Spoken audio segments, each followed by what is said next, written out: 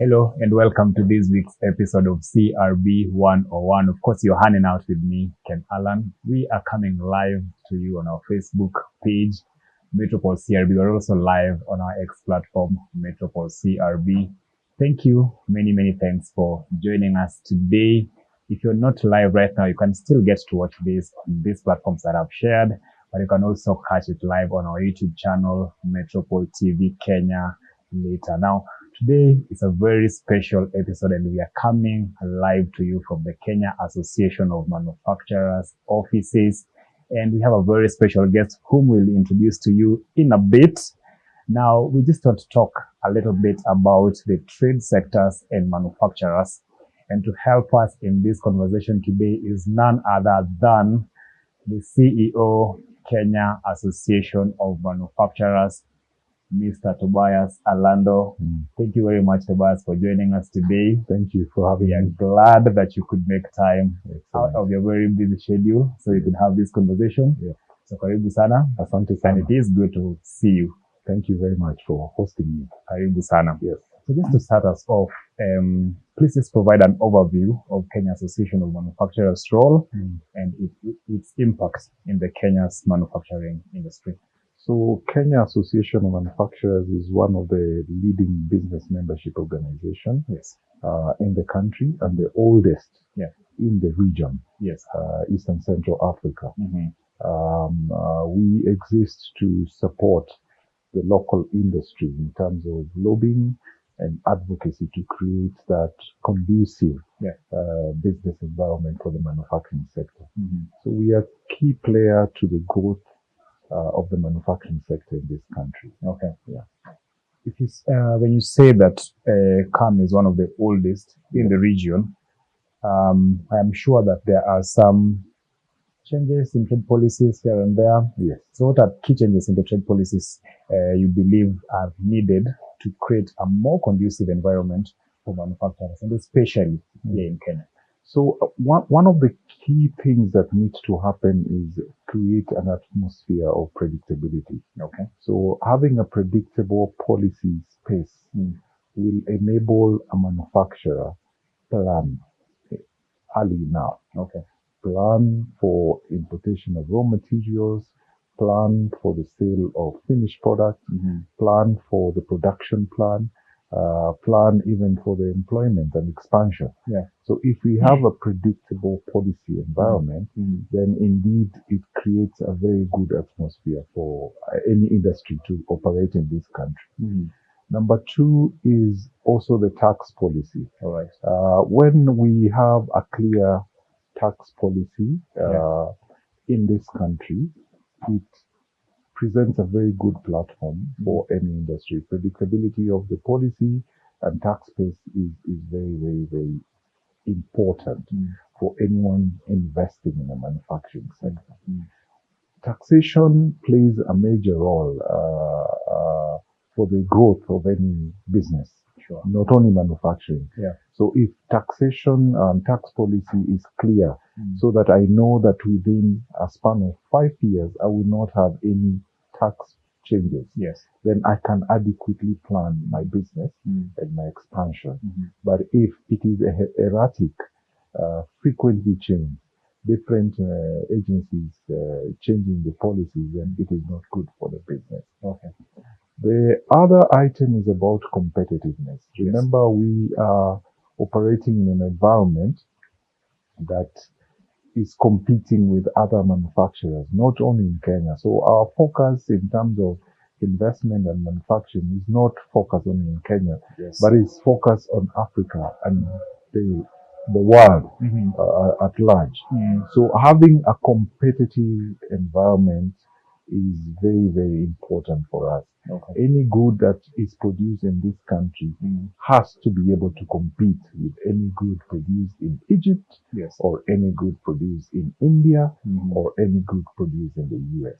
Okay. So having a competitive environment is key for us. Yes. And I just want to pick it on that point of on competition.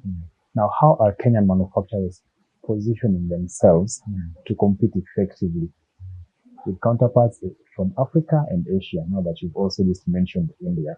So how are manufacturers in Kenya competing in this guys? So there are two main factors. One factor is what is within our control. So Yes. what is within our control is the technology that you use. Yeah. Manufacturers here are using similar technologies as their counterparts Alright. in different countries. Okay. The right raw material, quality of products that you produce. Yeah. We are doing the same as compared to our counterparts. Okay. So those are things within our control.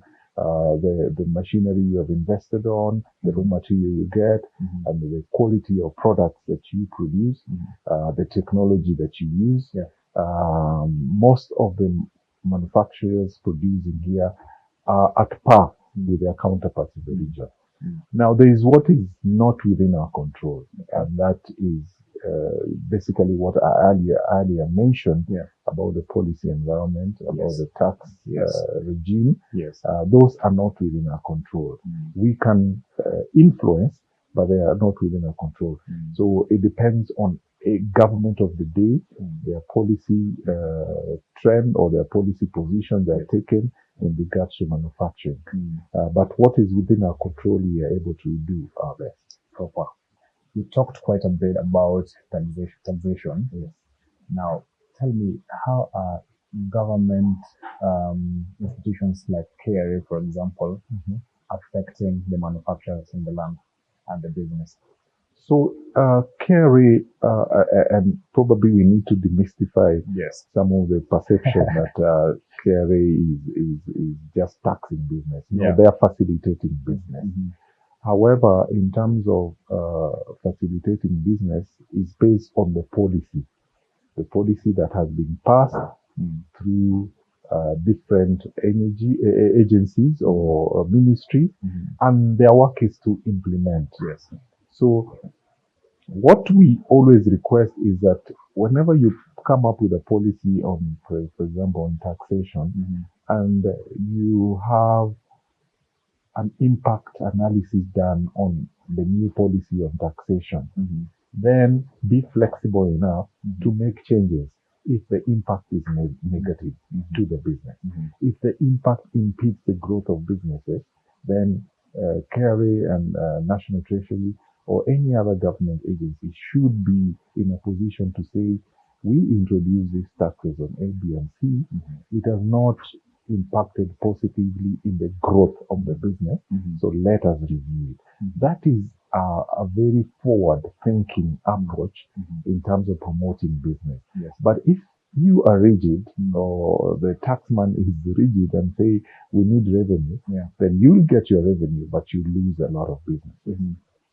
So that is clear from where we sit. It's very clear, and I think we need a different time to really talk about that topic in depth, but thank you very much for that answer. If you are just joining us, we are live on our Facebook page, Metropol CRB. We're also live on our X platform, Metropol CRB, but you can also get to watch this later on our YouTube channel, Metropol TV Kenya. Of course, we are hosting the CEO of Kenya Association of Manufacturers, Mr. Tobias Alando. So,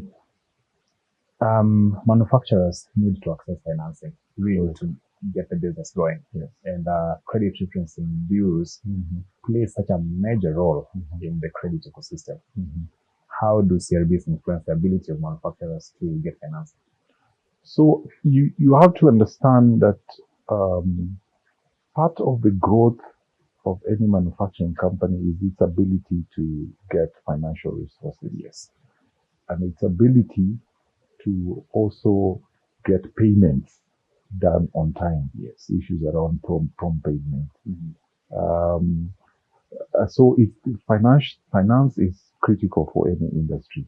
So therefore, we need to be get involved the credit reference bureau like Metropol to assist the manufacturers in terms of prompt payment. Every manufacturer sells items. You sell them either on credit or you sell them on cash. Sometimes payment delays. And it is not your work to collect payment in certain instances. So you need bodies like Metropol to help you do, for example, a 360 assessment of both the lenders and the borrowers. Yes. If you have that credibility of that environment, then you as a manufacturer, you'll be very comfortable and saying, I'll use this database to sell or to buy from guaranteed suppliers or guaranteed buyers in the market. Yeah. Yes. And I love it that you brought both the aspect of both the lenders and the buyers. Correct.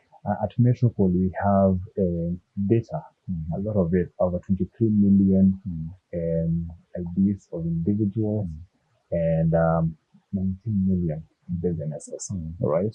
Now, in what ways do you think that this data from CRBs can be used to support the growth of Kenya's manufacturing sector by providing better insights for both the lenders and manufacturers themselves?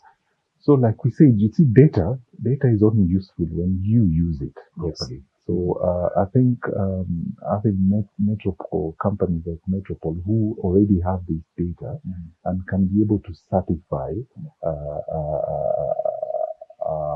a company that wants to do business with any manufacturer, it gives me a guarantee and an assurance that I will not go on a loss if I engage particular business.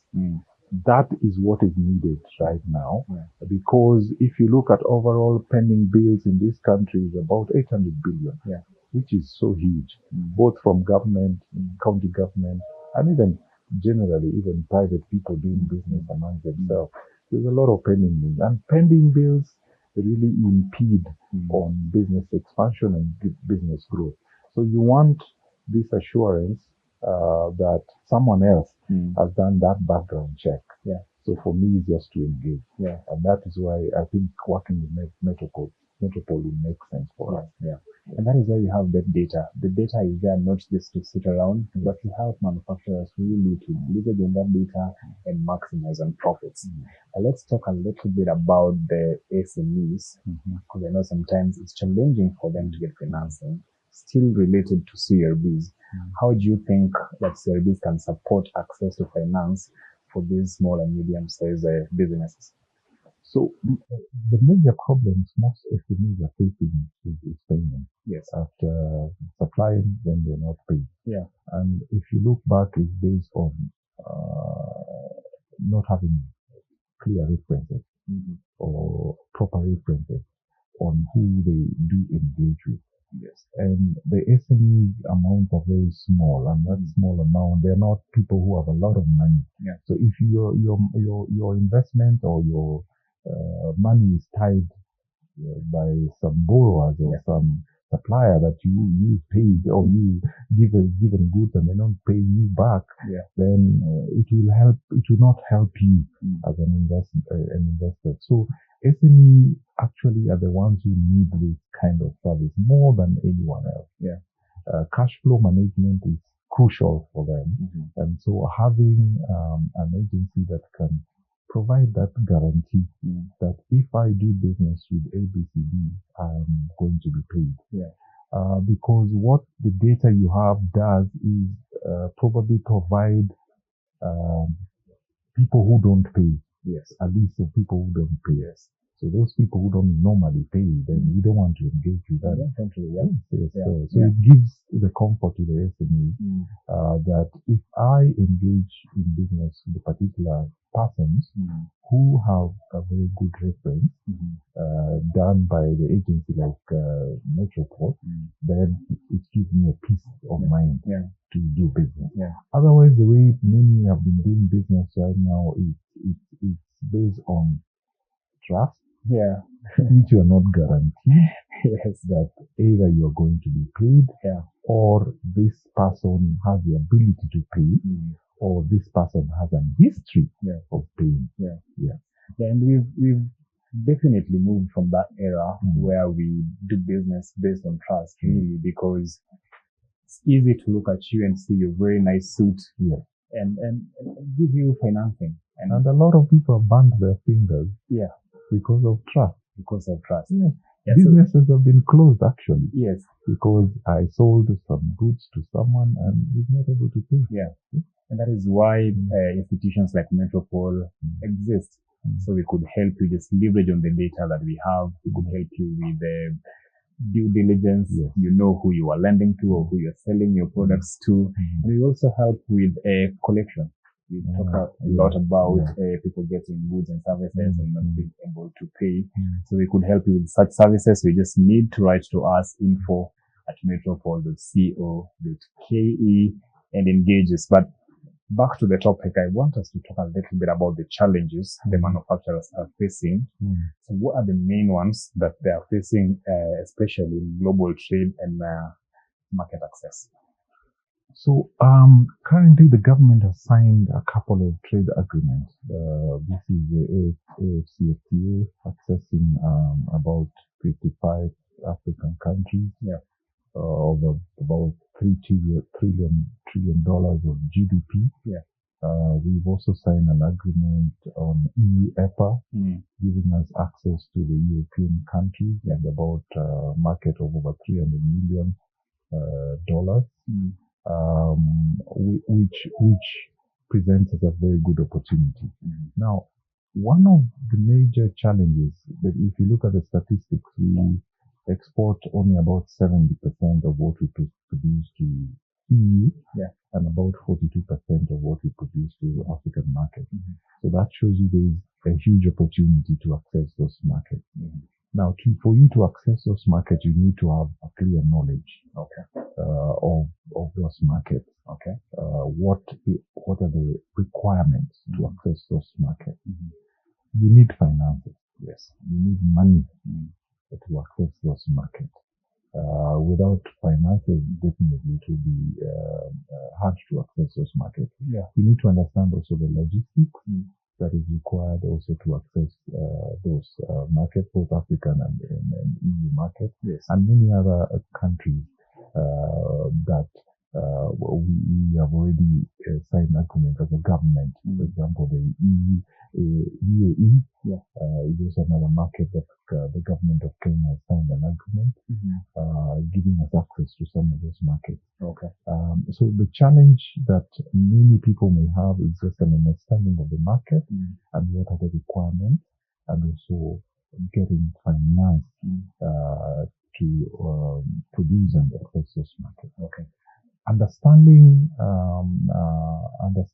the culture and the requirement of certain markets may not be key at the moment, because what we do organize trade missions for our manufacturers. So we go to, when we have identified a couple of manufacturers that are interested in a certain market, we organize trade missions to those markets to get an understanding of what do they really want and what are the requirements. So we will do our part as an association, but the other part of key players that we do, like the financial, and you guys also may come in terms of supporting how to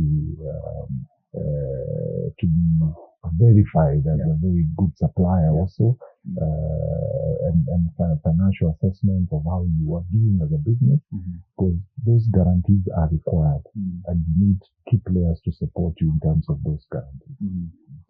Quite some challenges there, and when you're ending, you said you will do your part as Kenya Association of Manufacturers. I just wanted to ask, how are you as Kenya Association of Manufacturers working to address those challenges? Or what are the plans in place? So we did an assessment. Like I said, we did an assessment and we realized that we only export of almost 40% to the African market. We do export in terms of inter-trade. We only do in EAC, for example, we only do about 30% or 29 to 30%. That shows you we're not been trading more together in the region, unlike the EU trade amongst themselves. So what we are doing in terms of KAM to address that challenge is to create awareness stations of those markets and the requirements to access those markets.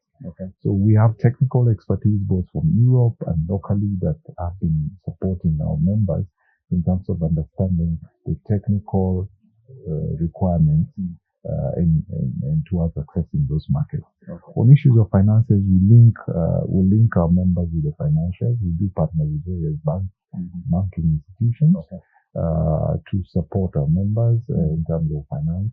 So various banks, financial institutions have different packages that we align with our members for them to access the finances. Okay. The other thing in terms of the policy space, of course, we engage different ministries to create a policy space that is conducive to enable people to export and import raw materials at affordable rates. Okay.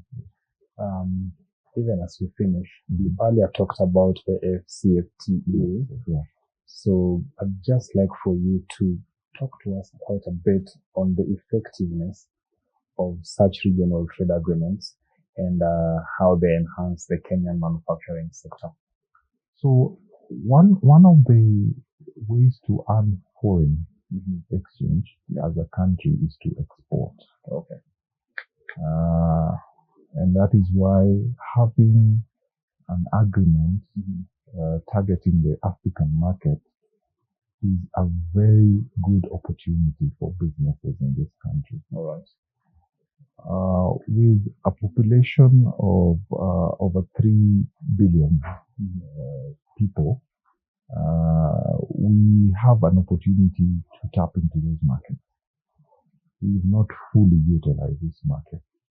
So we have an opportunity to tap into this market. Kenya has the capability because when you export, you create employment locally. Yeah. When you import, you create employment outside the country. Yes. That is why we're encouraging most companies to do exports so that we create employment for our youth, our young people, and also earn foreign exchange for this country. So anyone in this country should support the idea of how can we export to create more markets, to identify more markets for us to export. Okay, okay, that's fair enough. That is the CEO of Kenya Association of Manufacturers, Mr. Tobias Alando. We just want to wrap it up here. Of course, I'm going to allow you to give some parting shots even as we close. Thank you.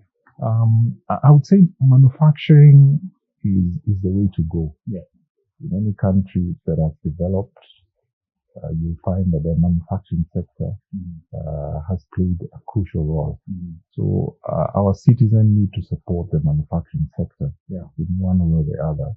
And if possible, everyone should start a small manufacturing sector all over the country. Okay. We should not fear to venture into manufacturing. It is a good idea. It is a brilliant idea. And it is a way that we can support our country in terms of economic development. Okay. Thank you very much, Mr. Tobias. We cannot thank you enough for the sparing time so you could have this conversation with us. We are so grateful and thank you for the insights that you provided. I really hope that we get to talk about it some more because, of course, time constraints and stuff like that. Yes. But we really appreciate for your time. Thank you. Thank you very much as well to our followers who have kept us company since we started. We can still get to watch this later on. It will be here on our Facebook page, Metropol CRB, or you can go to our X page, Metropol CRB. You can also get to watch it later on our YouTube channel, Metropol TV Kenya. Until next week, I have been your host, Ken Alan. Thank you very much, and we hope to see you again.